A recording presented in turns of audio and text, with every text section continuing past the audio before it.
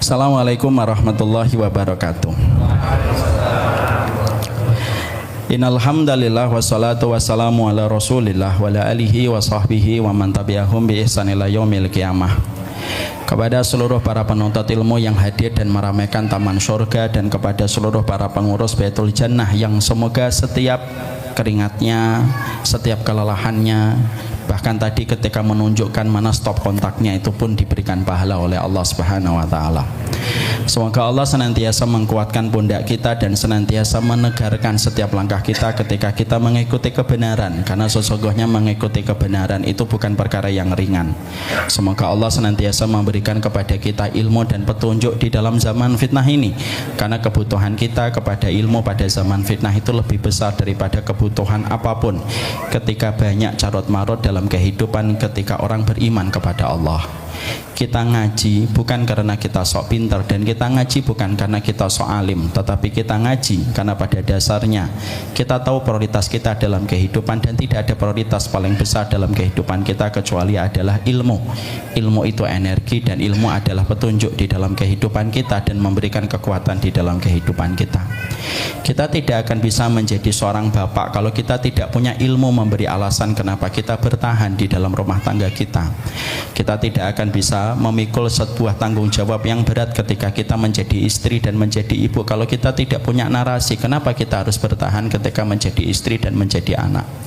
Dan tentunya kita tidak akan pernah mampu memikul tugas berat ketika kita menjadi dai, menjadi penuntut ilmu kalau kita tidak mendapatkan ilmu, karena ilmu itu membebaskan kita dari banyak blind spot, karena kehidupan kita itu diliputi dengan blind spot. Titik butanya itu banyak, dan tidak ada yang mampu membebaskan kita dari titik buta kecuali adalah ilmu dan petunjuk. Dan Allah tidak salah ketika Allah itu mensifati bahwasanya ilmu itu merupakan nur dan merupakan pelita supaya menghindarkan dan menyelamatkan kita dari banyak benturan. Kadang-kadang manusia menghadapi berbagai macam masalah, berbagai macam ujian yang dia hadapi dalam kehidupan bukan karena Allah yang jahat, tapi karena kita tidak mau membaca petunjuk yang menjadi SOP kita di dalam perjalanan hidup. Terbentur, bukan karena Allah yang jahat kepada kita, tapi kita yang jahat kepada diri kita ketika diperintahkan untuk berilmu tetapi tidak mau mengambil ilmu sebagai petunjuk di dalam kehidupan kita. Sudah adzan Isya? Sudah adzan Isya? Masya Allah. Mari kita tutup dengan kafarat. Gimana ini Ustaz? Adzan Isya dulu atau gimana? Adzan Isya.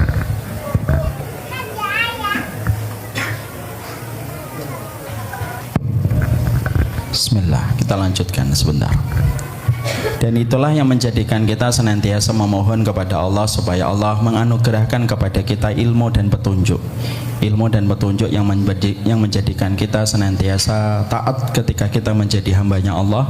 Ilmu dan petunjuk yang kita senantiasa memiliki kerendahan hati dan kemuliaan akhlak ketika kita mendapatkan petunjuk yang disampaikan oleh Nabi Muhammad.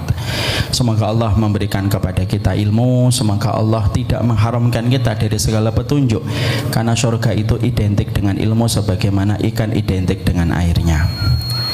Alhamdulillah, tentunya senantiasa kita bersyukur kepada Allah atas setiap nikmat yang Allah berikan kepada kita. Sesungguhnya nikmatnya Allah itu gelombang di atas gelombang, dan ketika pun kita mendapatkan ujian, ujian itu hanyalah gemericik di dalam kehidupan kita.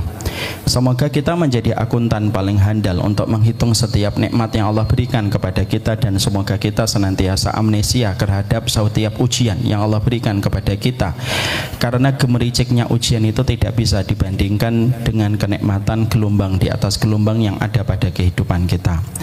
Sesungguhnya syukur itu bukan anjuran, syukur itu bukan himbauan, tetapi syukur merupakan kewajiban dan komitmen diri kita ketika kita telah diberikan oleh Allah semua kenikmatan, dan kehidupan kita pun merupakan bagian dari anugerah kehidupan yang besar. Allah ketika menjadikan kita sebagai hamba yang bersyukur, ketika kita bersyukur kepadanya setiap waktu, maka sesungguhnya Allah itu akan menghindarkan kita dari 3 perkara, yang mana 3 perkara ini tidak akan hilang dari kita sampai kita betul-betul bersyukur kepadanya dalam setiap urusan kehidupan kita, ketika kita memberikan syukur tanpa batas dan sabar tanpa tepi. Apa 3 perkara yang Allah hindarkan kepada kita? Kalau kita menjadi hamba yang bersyukur kepadanya, Allah akan menyelamatkan kita dari harta yang sifatnya merusak, dan pasti Allah akan mendekatkan kita kepada harta yang sifatnya mengawetkan di dalam kehidupan. Harta itu pada dasarnya dan sejatinya, kata Syekh Mutawalli Asy'arawi, beliau mengatakan harta itu 2, ada harta yang sifatnya mengawetkan, ada harta yang sifatnya merusak. Ada orang yang mendapatkan harta, hartanya merusak. Kadang-kadang nominalnya banyak tetapi sejatinya dan sifatnya itu merusak di dalam kehidupan. Sebagaimana air, air itu kalau terlalu banyak kadang itu merusak dan tidak bisa kita manfaatkan. Makanya ada orang yang terkadang mendapatkan 500 juta tapi kebutuhannya 700 juta. Ini merusak. Ada orang yang terkadang mendapatkan 1 miliar tetapi suaminya berzina. Ini merusak. Ada pula yang terkadang mendapatkan 2 miliar tetapi anaknya dan keturunannya paling benci dengan bapaknya, dan setiap bapaknya pulang anaknya itu mengunci kamar karena enggan dan tidak ingin berjumpa dengan sang bapak, walaupun harta yang diberikan bapaknya itu begitu berlimpah. Ini namanya harta yang sifatnya merusak, karena harta semacam ini mengambil ketenangan, mengusir kelapangan di dalam hati dan dada kita. Makanya ketika kita mendapati harta yang merusak ini, inilah yang kita takutkan. Yang kita takutkan bukan kemiskinan, tapi yang kita khawatirkan itu ketika harta yang Allah berikan kepada kita itu merusak. Makanya kalau banyak orang mengatakan, kenapa orang-orang yang tidak beriman hidupnya mereka bahagia dan mereka memegang kekayaan? Mungkin bahagia, tapi indeks kebahagiaan mereka itu menurun. Memang betul Korea, memang betul Amerika, memang betul Inggris, mereka secara indeks ekonomi tinggi, tapi perhatikan indeks kebahagiaan pada setiap warga mereka turun. Karena sesungguhnya terkadang harta itu bisa membawa kerusakan ketika kita tidak sensitif terhadap kedatangannya. Ada harta yang terkadang itu harta yang sifatnya mengawetkan. Kadang ada yang banyak, kadang ada yang sedikit. Kadang-kadang hartanya itu cuma 5 juta gajinya, tetapi kebutuhannya cuma 3 juta. Ini mengawetkan. Kadang-kadang gajinya cuma 10 juta Pak, dan dia belum bisa membeli mobil listrik. Dia cuma bisa membeli motor, tapi setiap pulang anaknya 5 itu menyambutnya dengan sukacita. Ada yang mengambil tasnya, ada yang memegang kakinya, ada yang mengambil kunci motornya, ada yang mengambilkan air untuk sang bapak, dan ada yang berbisik di telinga sang bapak ketika bapaknya kelelahan, nanti malam Abi saya pijitin ya. Itu namanya harta yang mengawetkan. Maka sesungguhnya itulah yang kita harus mengerti, bahwasanya terkadang kita mendapatkan harta itu bukan peduli nominalnya semata, tapi yang kita pedulikan adalah statusnya apa. Ada seorang yang membawa gaji UMR mungkin tidak sampai 3 juta, tapi ternyata ketika istri menyambutnya itu dengan sukacita dan rasa bahagia, dicium tangan suaminya, dan ketika suaminya tertidur dikecum itu keningnya, karena dia menunjukkan rasa terima kasih kepada sang suami, walaupun cuma diberikan 3 juta sesuai dengan gaji UMR yang dia peroleh. Itu namanya harta yang sifatnya mengawetkan. Syukur kita tidak menjanjikan kuantitas, tetapi syukur kita itu menyelamatkan kita dari harta yang sifatnya merusak. Allah kalau tidak suka kepada manusia itu terkadang diberikan harta yang banyak dan dia tidak tahu bagaimana mempergunakan hartanya. Tapi kalau Allah senang kepada seorang hamba, terkadang Allah memberikan harta yang banyak, tapi diberikan oleh Allah hatinya bagaimana memanage harta itu untuk bisa memberi manfaat. Allah itu kalau sayang kepada kita, Allah memberikan harta yang sifatnya mengawetkan. Ada yang terkadang dapat 5 miliar, istrinya takzim dan bahagia, mengawetkan. Maka yang kita pedulikan sebelum kita meminta nominalnya, pastikan harta yang kita minta untuk kita dan harta yang kita minta untuk anak keturunan kita, harta yang mengawetkan ya Allah ya, bukan harta yang sifatnya merusak. Makanya betul kalau Allah mengibaratkan di dalam surat Al-Kahfi, dunia itu sebagaimana air. Kenapa diibaratkan sebagaimana air? Imam Qurtubi di dalam kitabnya Al-Jami' li Ahkamil Quran mengatakan diibaratkan dunia itu kayak air, persis sebagaimana yang tadi saya sampaikan. Kadang-kadang kalau terlalu banyak itu tidak bisa dimanfaatkan. Kalau air itu hanya sebatas 1 jeding bisa dimanfaatkan.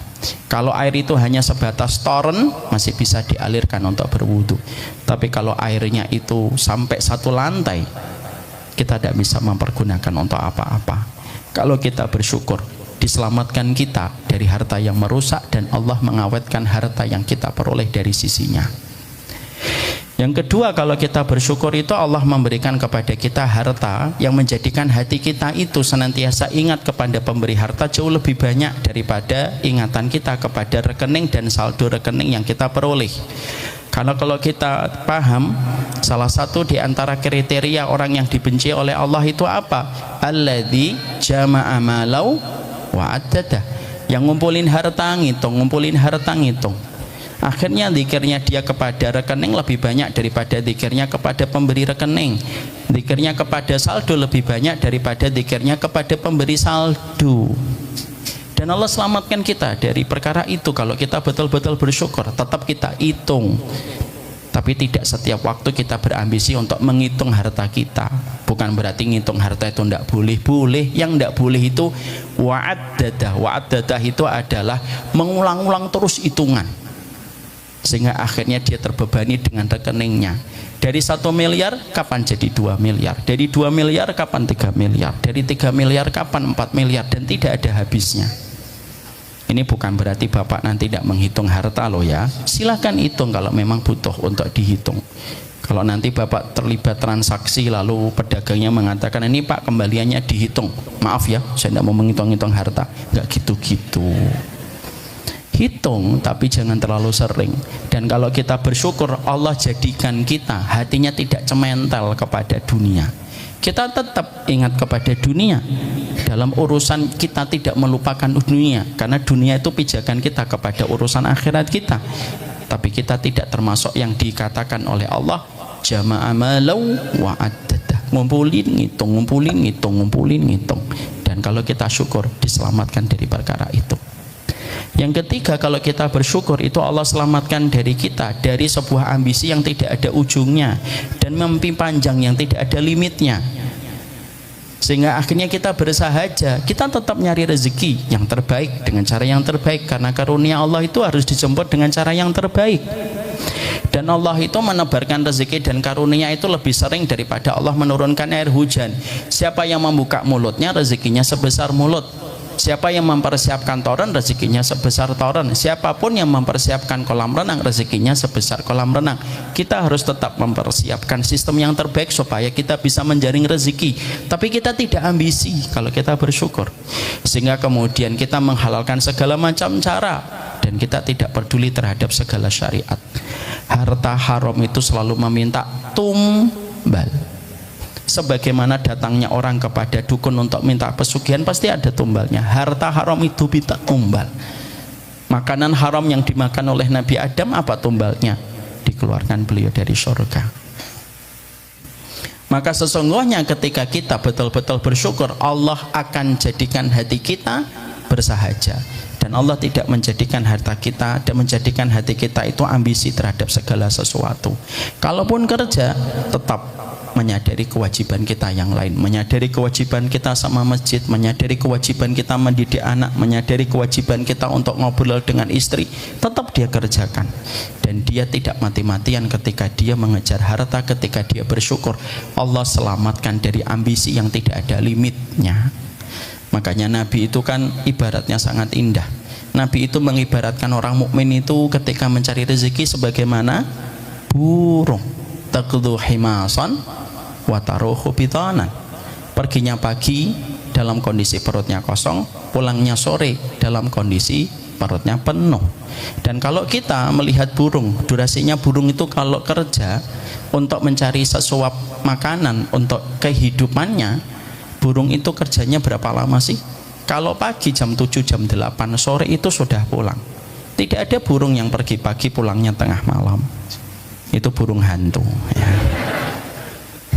Dan Allah jadikan kita senantiasa memahami bahwasanya kalau kita syukur, Allah tidak menjanjikan kaya, tapi kalau kita bersyukur, Allah menyelamatkan kita dari 3 perkara.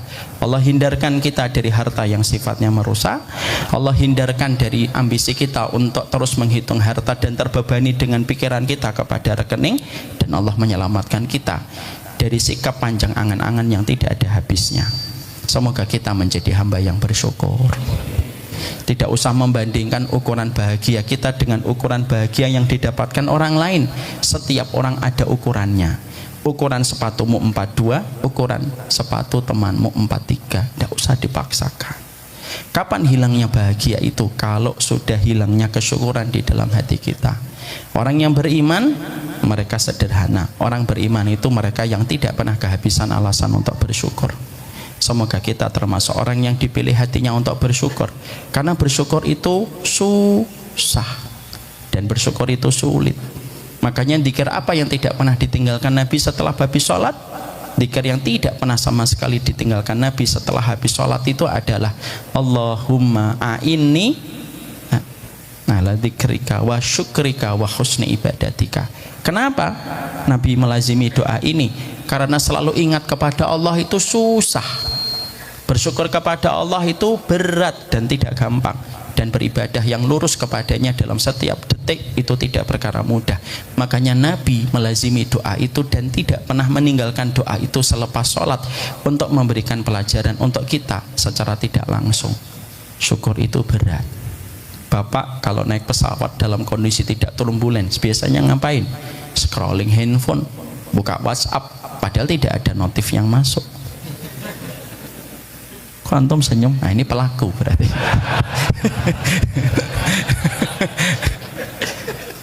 Kita tidur, mungkin kita ngelihat film, mungkin kita ngelihat entertain. Tapi coba ketika kita sedang mengalami turbulen, naudzubillahi min dzalik, semoga Allah selamatkan kita. Tapi kalau kita sedang turbulen, kira-kira buka handphone? Enggak. Kita pasti berzikir, pasti kita membaca Al-Quran, pasti kita ingat dosa-dosa kita, dan pasti kita meminta ampunan.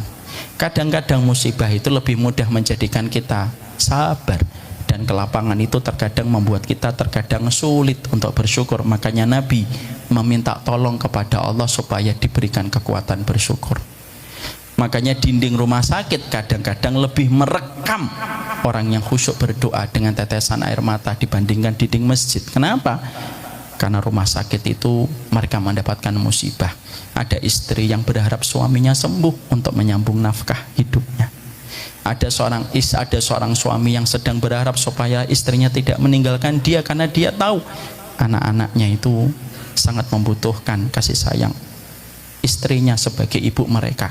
Tetesan air mata di rumah sakit itu kadang-kadang lebih deras daripada tetesan air mata di masjid, untuk menunjukkan kepada kita syukur itu tidak gampang. Makanya kalau ada orang sering ditanya, milih sabar atau milih syukur? Saya milih syukur, Ustaz. Tidak segampang itu, Bambang. Itu Bambang. Maaf ya Pak, tidak segampang itu, Ferguson. Aman. Aman ya dah. Tidak segampang itu, Walid. Nah itu. Karena sesungguhnya disitulah kita faham dan itu kita mengerti. Semoga kita menjadi hamba yang bersyukur kepada Allah. Amin insyaallah. Bapak dan Ibu, jamaah dan keluarga besar dari Masjid Baitul Jannah, kita tentunya paham bahwasanya kita itu menjadi hambanya Allah, dan salah satu konsekuensi, komitmen dan kewajiban kita ketika kita menjadi hambanya Allah, kita harus paham dan kita harus mengerti bagaimana zat yang kita sembah di dalam setiap ibadah kita. Mengetahui tentang Allah itu kewajiban, kata Syekh Utsaimin rahimahullahu taala, karena sesungguhnya dosa yang sangat besar kalau seorang makhluk tidak mengenal bagaimana sifat yang dimiliki oleh Sang Khalik. Khalik yang menciptakan kita dan menciptakan kehidupan alam semesta ini, ketika kita faham salah satu di antara sifat yang Allah cintai dalam kehidupan kita ketika kita menjadi hambanya dan ketika kita menjadi umatnya Rasulullah itu apa? Yaitu adalah bagaimana kita senantiasa berkomitmen dan senantiasa menyadari pentingnya kita di dalam kita menjadi hambanya Allah. Bukan hanya memperhatikan sholat kita, bukan hanya memperhatikan bagaimana sedekah kita, dan bukan hanya bagaimana ketika kita memperhatikan tawaf kita, tapi kalau kita menjadi hambanya Allah, salah satu di antara perkara yang paling Allah cintai dari kita adalah bagaimana kita menunjukkan komitmen untuk saling mencintai di antara hamba yang beriman.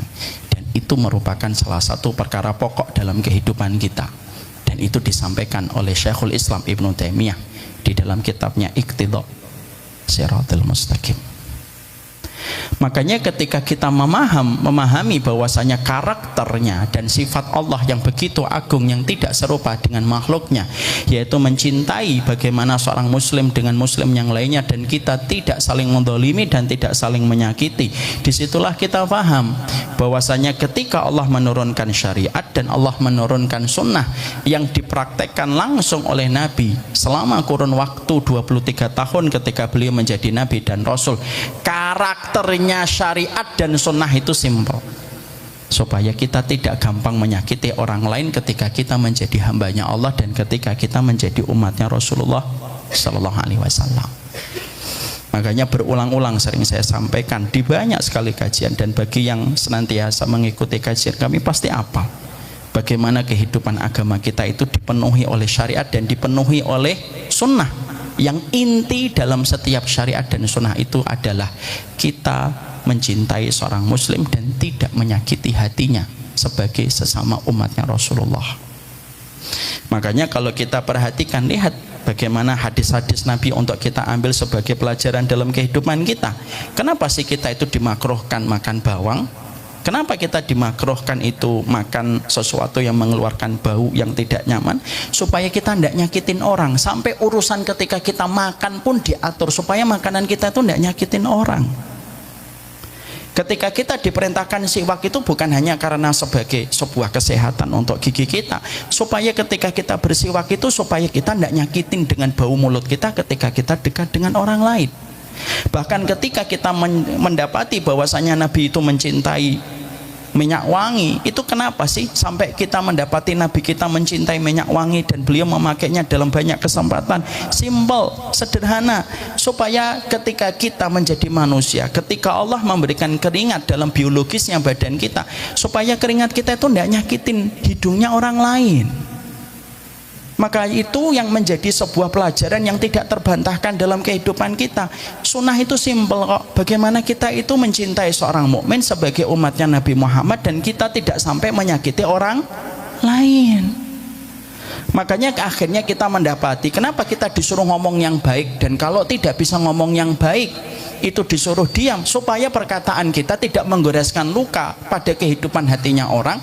Lalu ketika dia tergores lukanya, maka bisa jadi dia mengadu kepada Allah, dan kalau sudah mengadu kepada Allah, Allah punya sifat keadilan bahwasanya setiap luka dan perih itu harus mendapatkan pembalasan secara adil. Itulah kehidupan.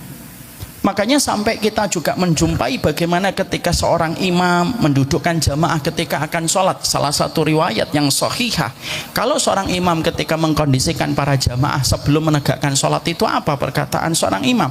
Sawu wala takhtalifu fatakhtalifa qulubakum. Yuk luruskan, rapatkan shaf kalian, jangan berselisih. Karena perselisihan kalian di dalam shaf sholat itu nanti menyebabkan perselisihan kalian di luar sholat.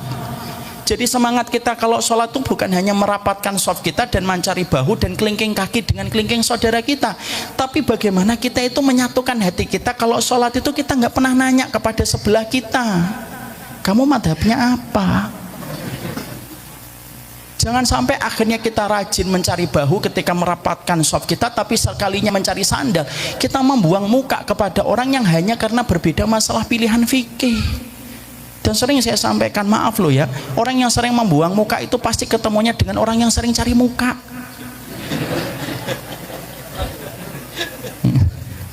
Pas. Karena itulah yang terjadi loh, sampai urusan sholat 5 kali pun sifatnya itu supaya mempersaudarakan di antara kita. Makanya kalau kita bedah satu persatu sunnah, tidak ada dalam sunnah kecuali satu supaya kita itu tidak nyakitin orang. Makanya saya sering menyampaikan sampai urusan istri kita masak ke dapur, lu sunnah itu mengintervensi sampai urusan dapur. Bagaimana kalau kita mendapati istri kita itu memasak, salah satu perintahnya, kalau misalkan istri kita masak rawon,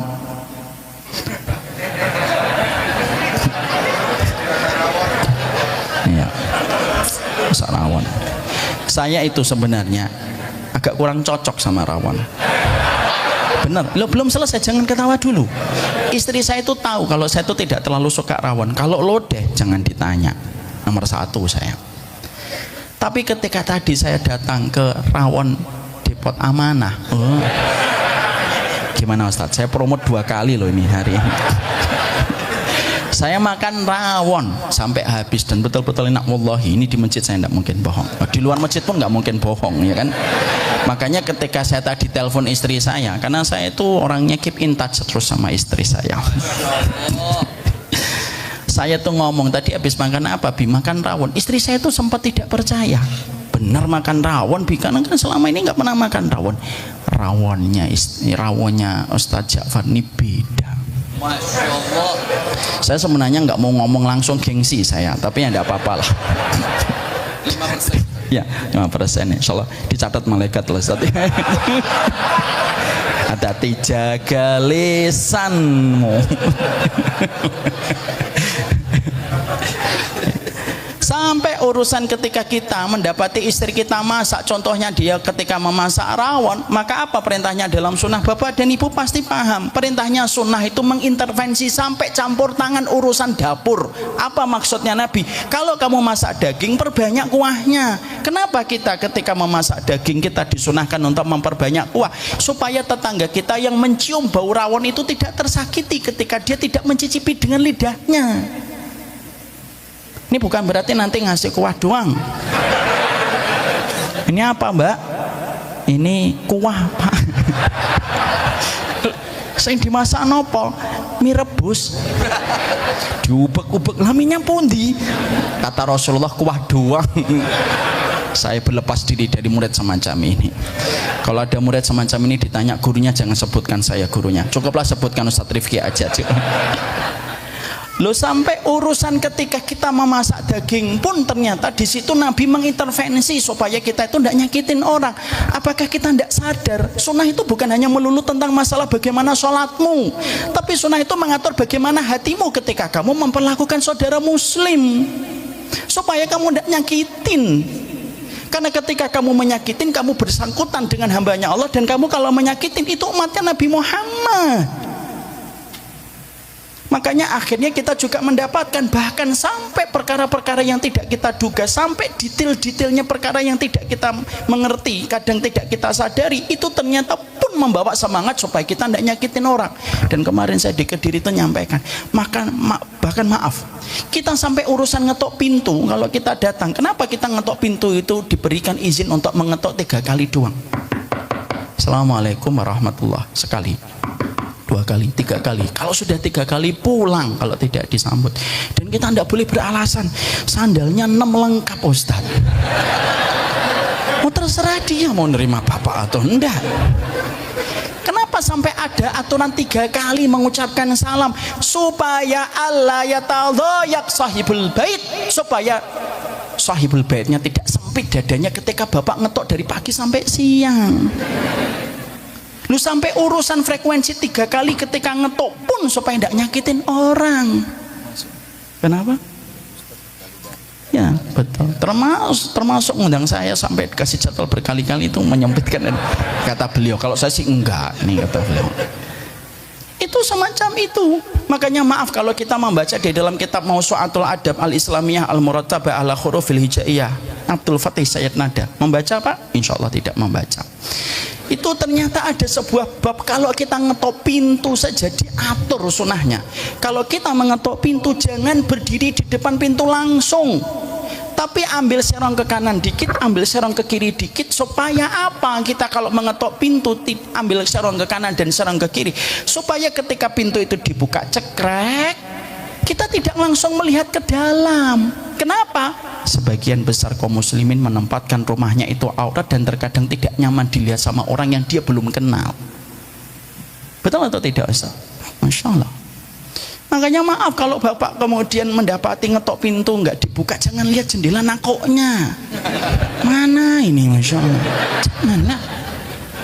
Lu supaya akhirnya kita dalam kehidupan ini supaya kita tidak nyakitin orang dulu.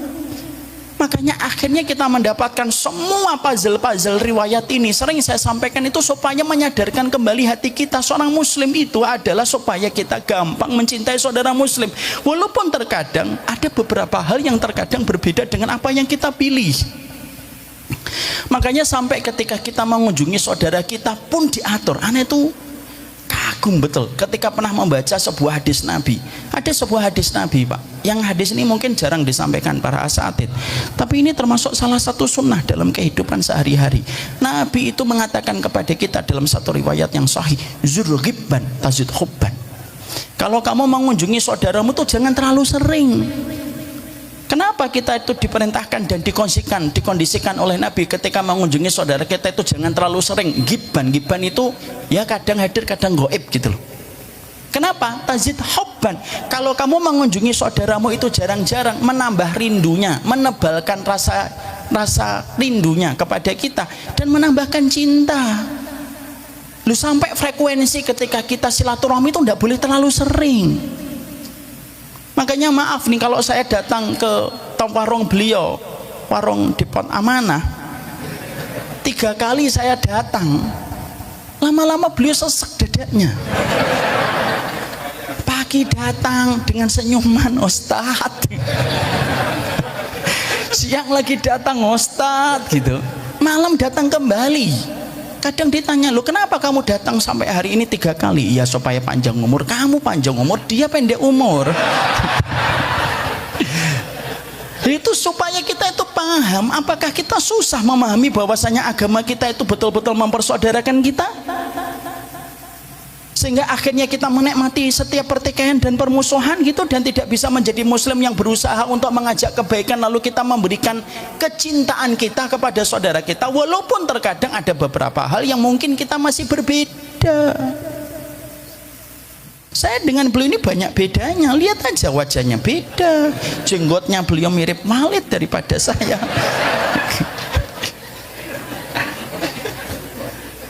Apakah saya dan beliau tidak bisa saling mencintai? Saling mencintai, saling mencintai. Ini menjadikan kita akhirnya mengerti, supaya di dalam kita mengikuti aturan agama kita ini harus paham bahwasanya kita bukan hanya memperhatikan sholat, memperhatikan puasa, memperhatikan sedekah. Memang betul itu penting dan harus kita perhatikan. Komitmen kita terhadap pendapat dalil yang paling kuat kita ambil, tapi cara kita menghargai saudara kita ketika belum mengambil pendapat yang kita pilih, itu penting untuk kita evaluasi. Ya? Makanya maaf, kalau Bapak perhatikan, kalau kita mau mulai puasa, kita sekarang berada di akhir bulan Sya'ban. Misal ini dari akhir Sya'ban. Terus kita tanggal 29. Lalu ada yang berusaha melihat apa? Hilal. Berapa saksi yang dibutuhkan ketika menentukan besok itu puasa atau tidak puasa? Saksi yang dibutuhkan untuk menentukan melihat hilal, untuk menentukan besok puasa atau tidak, di dalam kitab Bidayatul Mujtahid wa Nihayatul Muqtasid, dalam beberapa pendapat para ulama, cukup 1 orang saksi cukup. Jadi kalau saya ngelewatin Lamongan dan melewati Tanjung Kodok dan saya melihat hilal, saya telepon itu Bapak Nasruddin Umar sebagai Menteri Agama dan Umarok kita, Pak, saya ngelewatin Tanjung Kodok nih. Iya, terus gimana? Saya melihat hilal. Cukup bagi Bapak Menteri Agama untuk memutuskan kepada masyarakat Indonesia, besok kita puasa. Berapa? 1 saksi. Tapi maaf, kalau kita menentukan orang itu berzina, berapa butuh orang saksi, Pak, untuk menentukan orang itu berzina ketika berkehormatan dirinya? 1 saksi? 2 saksi? Berapa saksi, Pak? 4. Padahal kalau kita pikir dengan akal dan logika kita, mengumpulkan 4 orang yang bisa melihat zina bareng-bareng, 4-4-nya itu susah atau gampang? Susah. Beliau ngelihat orang zina, ayo Ustadz. Enggak, saya enggak mau. Saya enggak sebagaimana antum gitu. Insya Allah Ustadz, yang megang mic lebih lama dialah yang menang Ustadz. Tolong lapangkan hati antum Ustadz. Padahal ketika kita mendapati, kenapa harus 4? Kenapa tidak 1 saksi? Semangatnya itu memberikan udzur, dan semangatnya supaya kita tidak gampang jatuhin kehormatan orang. Padahal kalau kita ngelihat 4 itu susah, Pak. Yang 2 ngelihat, yang 2 on the way. Ayo bro, udah mau selesai. Gak usah dibayangin, ini ilmu. Itu dua itu on the way Pak, dan ketika on the way yang satu itu mikir-mikir, enggak saya ingat Ustaz Umar, bagi yang ingat Ustaz Ja'far silahkan ngeliat gitu. Saya puas sekali malam ini insya Allah. Maka akhirnya di situ menunjukkan kenapa melihat orang zina butuh 4 orang, kenapa ketika menetapkan besok hilal itu dan Ramadan dibutuhkan 1 saksi, karena kehormatan seorang mukmin itu sedemikian mahalnya di dalam Islam. Makanya riba itu yang paling rendah itu apa? Riba itu yang paling rendah zina dengan ibunya sendiri. Tapi zina yang paling berat rampas dan menodai kehormatan seorang mukmin ketika tidak ridho dan dia minta keadilan kepada Allah. Itu 72 kali lebih berat daripada berzina dengan ibunya sendiri. Itu menunjukkan kepada kita, emang kita itu tidak sadarkah agama kita itu ngatur detail semuanya? Kalau seorang Jessica yang pernah dituduh ketika menaburkan kopi sianida, ternyata di sidang sampai 3 bulan berturut-turut, bahkan sampai 6 bulan mendatangkan saksi ahli dari Singapura hanya untuk menentukan apakah dia menaburkan kopi sianida atau tidak. CCTV digelar, tenaga ahli dari Singapura dan Australia didatangkan hanya untuk menentukan apakah dia itu membunuh ataukah tidak. Emang kita kira kehormatan seorang muslim lebih murah daripada kehormatan orang yang tidak beriman? Bangun dari mimpimu. Agama ini adalah agama yang menjadikan kita ingin selalu bersaudara. Makanya Nabi ketika beliau tawaf, maka ketika Nabi itu tawaf, maka beliau itu berkata, dan perkataannya itu terkenal sekali. Apa perkataan Nabi ketika Nabi itu tawaf? Beliau ketika tawaf, beliau mengatakan, ya Ka'bah, inna hormatal mu'min a'dham min hormatika.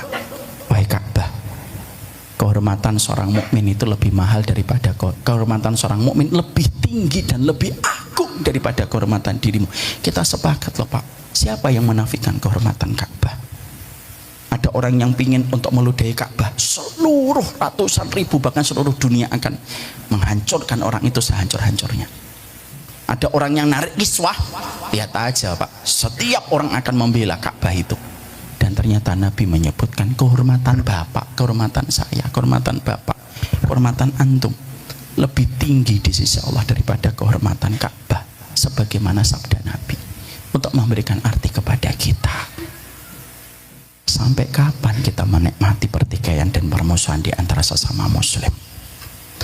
Maka inilah yang menjadikan kita akhirnya mengerti betul bahwasanya inilah salah satu karakter indah pada agama kita.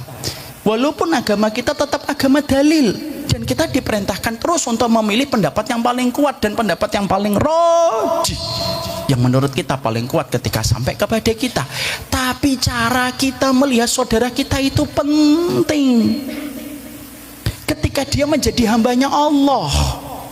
Kalau kita tidak memperbaiki cara pandang kita dan terus menikmati permusuhan, sampai kapan Pak kita akan menikmati permusuhan di antara sesama muslim?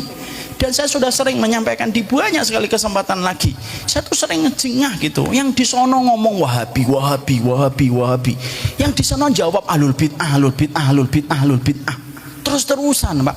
Setiap yang di sono gampang membid'ahkan, di sini dijawab lagi dengan wahabi. Sampai kapan?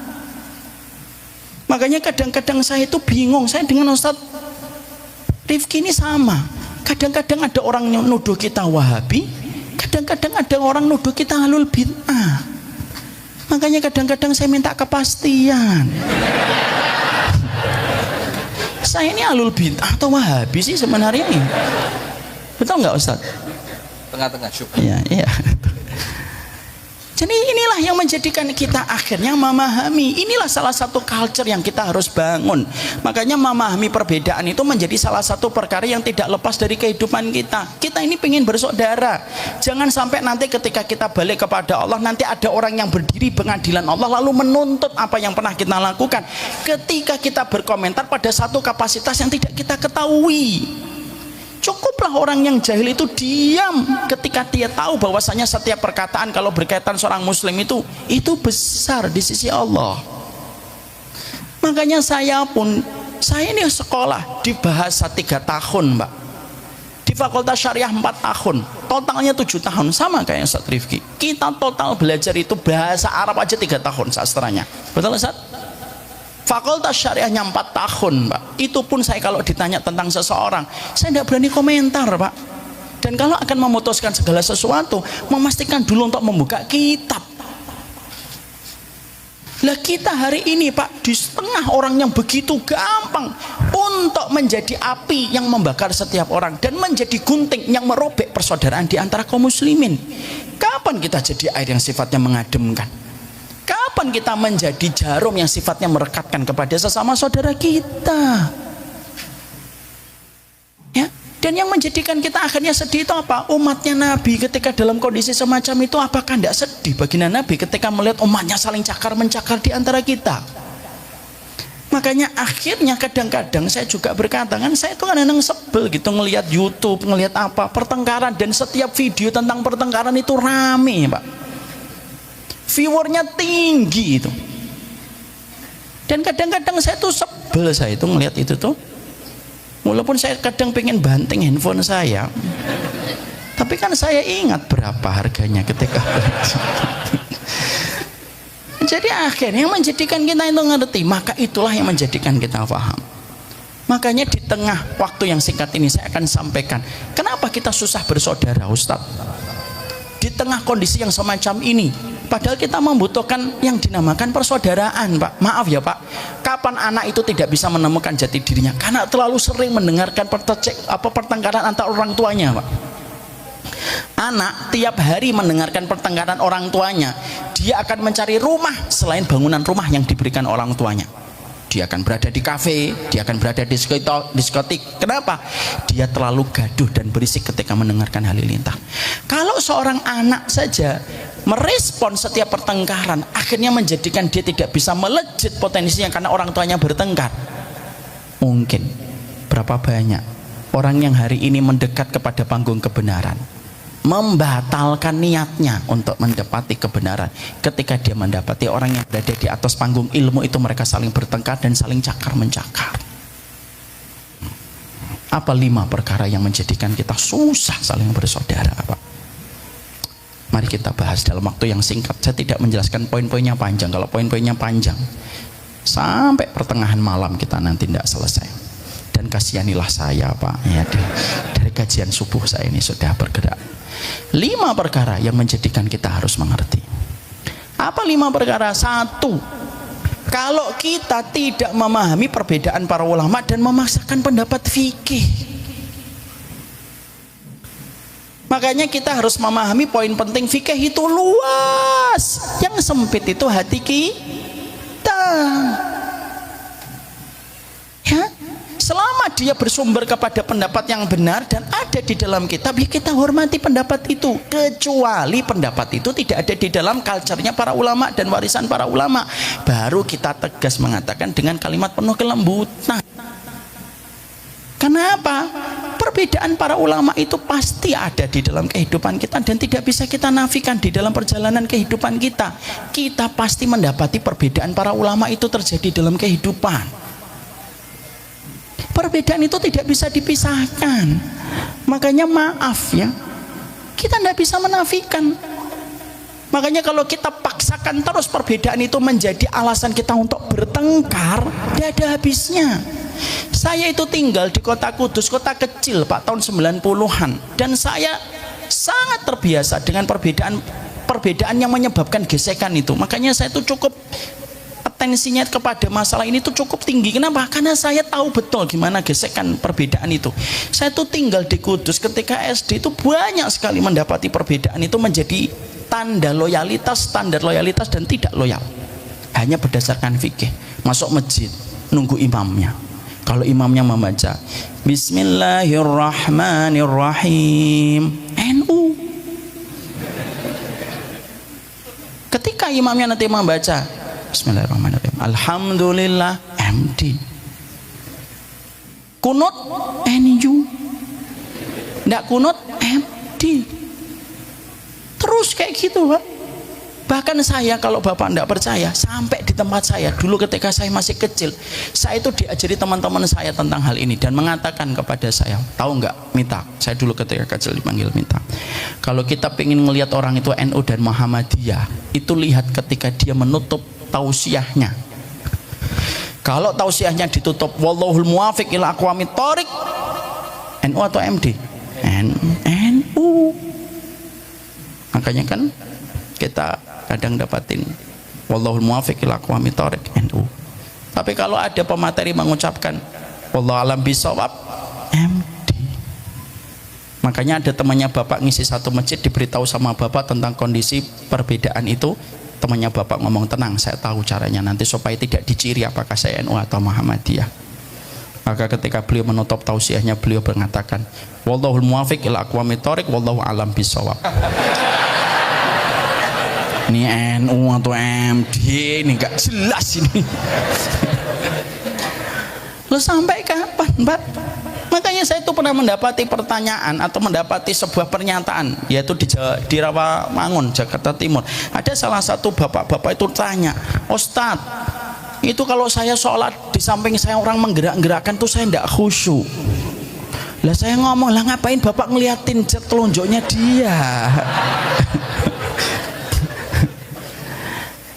Cukuplah bapak ngeliatin miliknya bapak aja lah, Pak. Ngapain bapak ngeliatin gitu? Makanya saya pernah punya teman, Pak. Beliau sholat, saat itu sholat sunnah di rumah saya. Beliau termasuk yang mengambil pendapat menggerakkan. Pas lagi menggerakkan, anaknya pegang itu. Dan ketika dipegang masih aja digerakkan. Tapi itu pendapat fikih. Saya pernah menggerakkan, tetapi setelah membaca beberapa dalil, saya sekarang lebih condong kepada tidak menggerakkan. Tapi itu masalah fikih.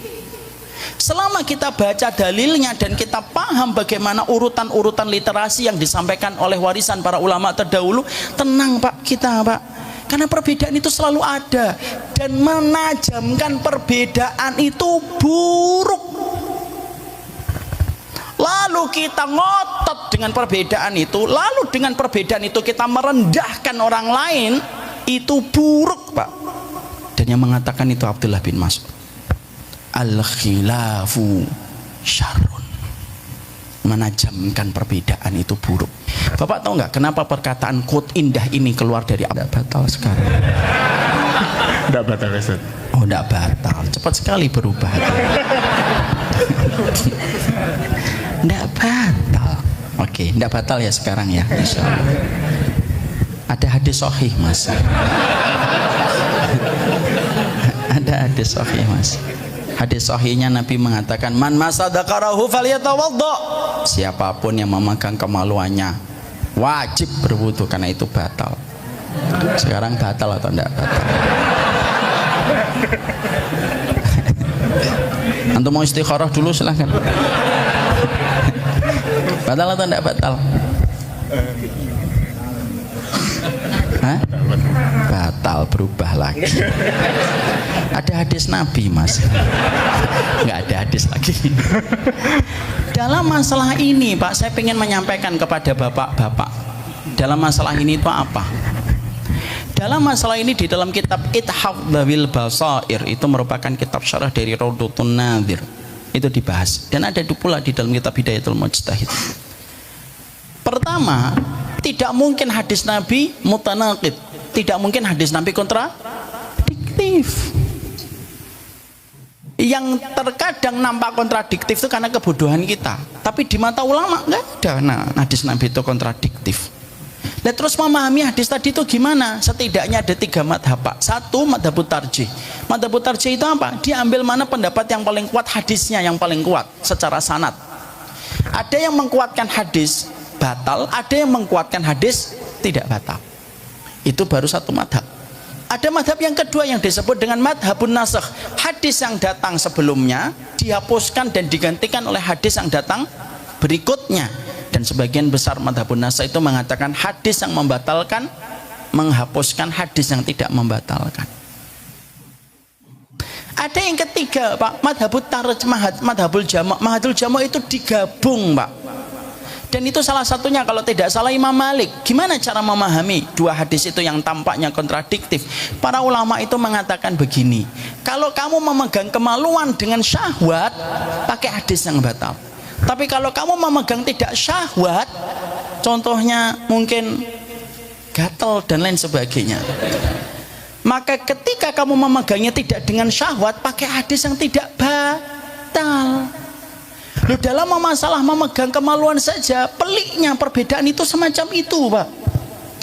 Makanya tidak bisa agama ini tuh lalu dikomentari sama orang yang tidak betul-betul mutamakin di dalam ilmunya. Mutamakin itu tidak betul-betul berdasar kepada dalil-dalil yang dia pelajari. Dan itulah yang terkadang harus kita mengerti. Khilaf itu selalu ada. Walaupun maaf ya, tentunya berbeda kalau kita sudah menyikapi sekulerisme, menyikapi Rafidhah itu beda urusan. Menyikapi agnostik, PKI itu beda. Jangan mengatakan sama PKI berbeda fikih, nggak bisa. Itu akidah. Jadi di situ kita akhirnya memahami bahwasanya perbedaan fikih itu akan selalu ada, Pak. Kalau kita tidak mau untuk mengerti tentang perbedaan fikih, minimal kalau kamu tidak belajar secara mutamakin dan sungguh-sungguh, diam itu menyelamatkan dirimu daripada kamu ikut bicara. Nah sekarang Pak, semua orang komen, Pak. Semua orang buat tayangan dan channel. Itu yang membuat gaduh tidak selesai-selesai.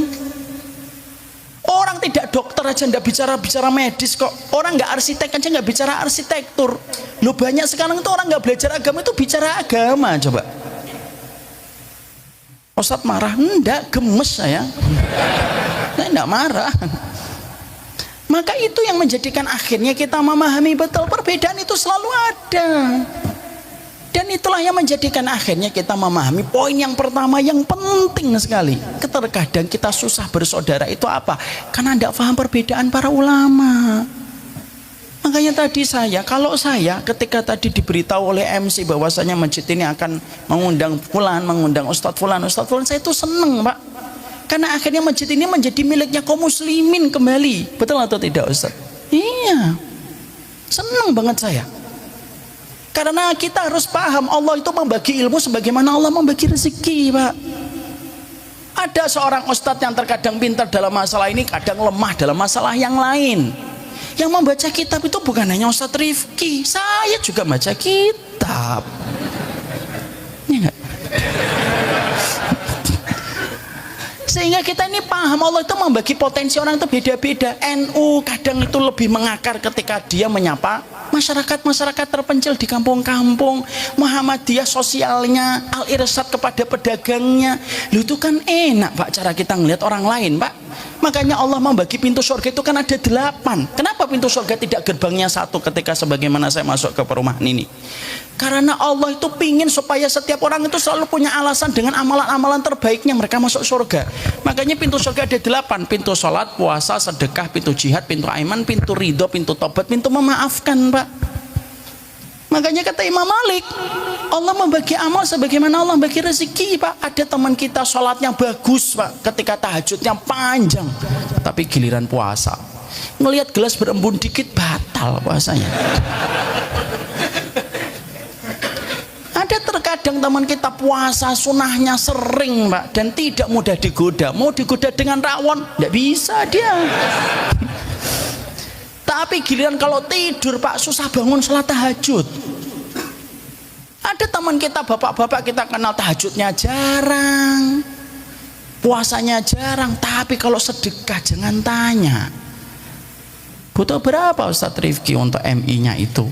1M. Insya Allah nanti saya transfer 5M. Agak-agak songong dikit sih, tapi di situ Allah memudahkan amalnya itu untuk di situ. Lah kalau kita melihat orang lain itu dengan kacamata kekurangan, yang namanya nyari kurang ya pasti ketemu yang namanya nyari. Bapak kan bukan setan kan yang senang ketika melihat ustadz itu salah. Dan saya kan bukan malaikat, apalagi beliau. Walid mungkin, tapi malaikat enggak. Ya kalau ustadz salah itu ya wajar. Emang kamu nggak bisa itu ngomong yang baik sama ustadzmu kalau dia itu salah. Emang kita ini kayak babi gitu, kata-kata Imam Ibnu Qayyim. Kata babi itu apa? Itu kata Imam Ibnu Qayyim. Babi itu kalau dikasih sayuran dan buah-buah segar itu tidak tertarik, tapi sekalinya dikasih muntahan dilahap, Pak. Lo ada tipe penuntut ilmu tuh kadang-kadang kalau dapetin kebaikan orang nggak pernah direwes, tapi sekalinya salah, wow, seneng banget itu dia. Ya, jadi konten kata beliau. Ndaklah saya, insya Allah. Jadi di situ yang kita harus beroleh. Namanya kita itu bagi-bagi tugas. Ada yang menyapa anak-anak muda di ring 4 Pak. Kan kita ini penuntut ilmu beda-beda Pak. Ada kayak bapak Pak, ini ring 1 yang ngomongannya itu sudah betul-betul syar'i. Ngomongannya apa? Masya Allah, barakallahu fiik, innalillahi wa inna ilaihi rajiun, la haula wa la quwata. Kita ini ring 1 Pak, alhamdulillah, dan segala puji bagi Allah yang telah memasukkan kita di ring 1 dan terbiasa dengan kalimat-kalimat syar'i. Daurah, iktikaf, biasa Pak. Tapi maaf, apakah umatnya Nabi kayak kita semuanya? Enggak Pak, ada ring 2 Pak, yang kadang ngaji, kadang masih mundur. Ada ring 3 Pak, enggak pernah ngaji, keluarganya abangan. Ada ring 4 Pak, yang enggak pernah sama sekali ngerti agama Pak. Dan kita bagi-bagi tugas, ada yang menyapa ring 4, ada yang menyapa ring 1, ada yang menyapa ring 2. Kan kita tidak semuanya diberikan kemampuan untuk menyapa setiap orang. Jangan kita merasa bahwasanya kita menguasai setiap perbendaharaan ilmu, karena kita tetap manusia biasa. Bagi-bagi tugas. Lu kan enak kayak gitu Pak. Al-Irsyad nyapa pedagang, NU mungkin tidak bisa nyapa pedagang, tapi NU bisa menyapa masyarakat bawah. Kenapa kita nggak duduk bareng-bareng untuk kita bicarakan baik-baik apa yang harus kita kerjakan? Makanya kemarin saya sampaikan di kajian bersama beliau itu, saya sampaikan umat ini Pak, pekerjaannya banyak Pak. Ada yang terlibat judi online, belum aborsi Pak. Saya kemarin nyampaikan fakta, aborsi di masyarakat Indonesia itu berapa Pak? 2,5 juta perempuan Indonesia itu dalam setahun aborsi. Dan itu data. Siapa yang nyapa mereka? Setiap kita yang belajar agama selalu cakar-mencakar Pak. Siapa yang akan menyambut mereka Pak? Siapa yang akan menyelesaikan masalah tentang judi online? Siapa yang akan menyelesaikan masalah orang yang trauma dengan pernikahan? Siapa yang akan menyelesaikan masalah tentang orang yang mereka melakukan tindakan menyimpang, masuk gua lalu menyangka bahwasanya gua itu menembus Mekah? Kan bareng-bareng menyelesaikan itu tuh, kan harus bareng-bareng Pak. Dan itu yang kita bagi-bagi tugas. Kayak saya diberikan oleh Allah sesuatu, ilmu sedikit, kayak beliau beda Pak. Beliau ini Masya Allah untuk ibu-ibu, Masya Allah Pak.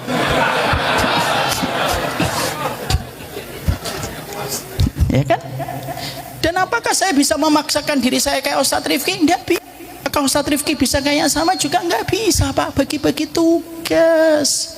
Ada SDO, ada Syamila, ada yang lain-lain. Sampai kapan kita menyangka dakwah itu kerajaan-kerajaan kecilnya kita, lalu menjadikan umat itu bingung kalau ngelihat para gurunya itu bertengkar. Lah kalau saya sebagai anak ngelihat orang tua saya bertengkar, saya sedih. Lu sama Pak, umat-umat yang di ring 1, ring 2, ring 3, ring 4 tuh kalau ngelihat ustadznya tuh bertengkar, apa enggak sedih Pak? Makanya selalu saya berkata, banyak guru bisa mengajarkan teori dan narasi tentang persaudaraan, tapi belum tentu setiap guru bisa memberi teladan dalam persaudaraan. Yang kita butuhkan teladan, tidak lagi teori. Pekerjaannya banyak Pak, demi Allah. Saya demi Allah kemarin juga cerita di Kediri, saya itu pernah jumpain salah satu di antara fakta di lapangan tentang umatnya Nabi Muhammad. Saya pernah makan mie Pak, habis sholat taraweh sama istri saya 4 tahun yang lalu atau 5 tahun yang lalu sebelum Covid. Ayo, saya ngomong, ayo kita makan yuk gitu. Maaf ya Pak, saya sedikit OOT keluar dari topik. Ngajak istri keluar itu merupakan surga bagi wanita Pak. Karena wanita itu semenjak menikah sama kita tawanan Pak. Kenapa dikatakan tawanan kata Imam Ahmad? Karena wanita semenjak nikah sama kita kemana-mana minta izin. Yang kedua, ketika dia pergi pasti dicari anak. Kalau bapak pergi 3 bulan, insya Allah anak bapak tidak nyari. Makanya kalau hilang sepatunya, yang ditelepon anak ibu atau bapak? Ibu. Kenapa dia nggak nelpon bapaknya? Karena sepatu bapaknya sudah 3 tahun tidak ketemu. Maka ajak pergi Pak. Mengajak pergi itu terkadang bisa melegakan hatinya.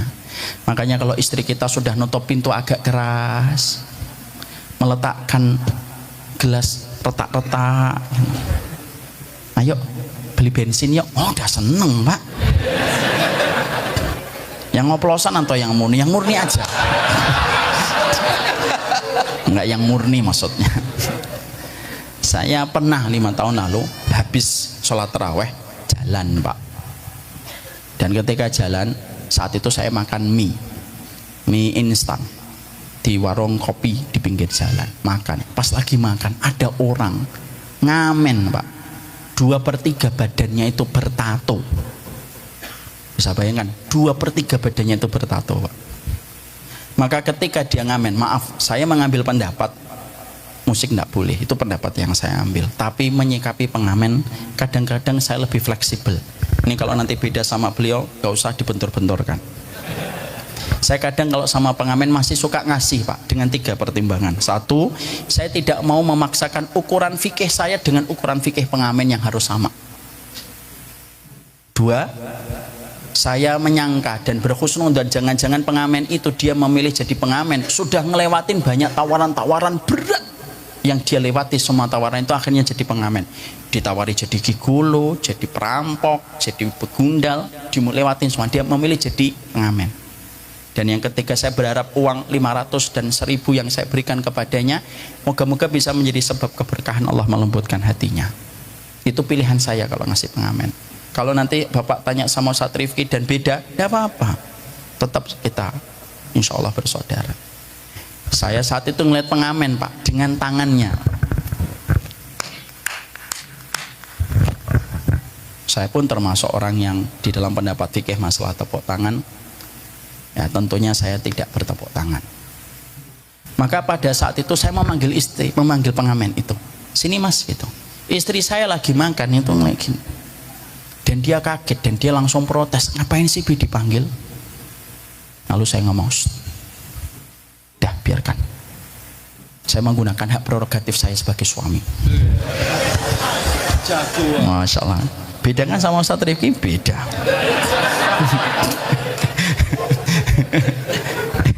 Sini, apa sih Bi dipanggil? Dah diam dulu, mungkin ada kebaikan. Datang. Saya menggunakan hak prerogatif, ya pas itu aja Pak. Dia datang, saya tanya Pak, siapa namanya Mas? Dia sebutkan nama. Maaf ya saya nggak nyebutin nama di sini Pak, karena saya belum minta izin kisah ini disampaikan dan saya sangat menjaga tentang hal semacam itu. Karena saya belum minta izin namanya, saya nggak menyebutkan namanya. Siapa namanya? Dia sebutkan namanya Pak, Fulan. Saya ketika mendengar namanya itu keren amat namanya. Keren amat Pak, keren amat Mas itu namanya. Iya. Dari Bapak? Enggak. Kaget saya. Dari siapa? Dari orang-orang yang menemukan saya dan merawat saya ketika dari kecil saya dibuang di bawah jembatan. Coba Pak, ini baru satu, mungkin di antara 100.000 yang terwakili oleh kisahnya. Istri saya juga terdiam. Saya nanya lagi, orang tuanya di mana? Enggak tahu. Sampai sekarang enggak tahu. Muslim enggak Mas? Muslim Pak. Sholat enggak? Sholat Pak. Benar. Biasanya saya tuh orang yang berprasangka baik Pak. Tapi entah kenapa saya pada kesempatan itu pengen nanya aja. Memang sholat maghrib berapa rakaat? 5 rakaat Pak. La haula wala quwwata. Saya nggak mau nanya sholat isya Pak, apalagi sholat taraweh. Takut saya yang gelepar-gelepar. Saya ketawa, istri saya ketawa. Saya kan terus mikir kepala saya Pak, ini gimana ya?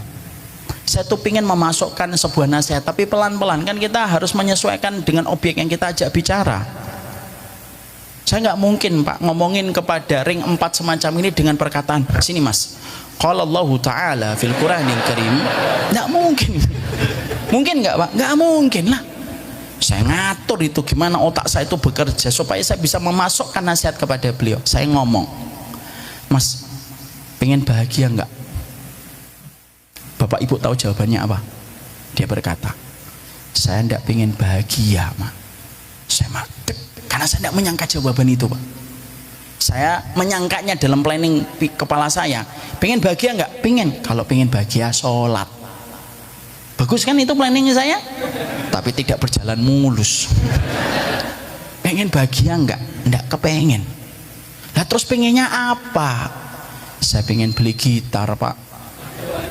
Karena saya kalau ngamen pakai tangan itu direndahkan orang. Saya Pak saat itu pingin langsung membelikan gitar Pak. Tapi kan saya punya pendapat fikih.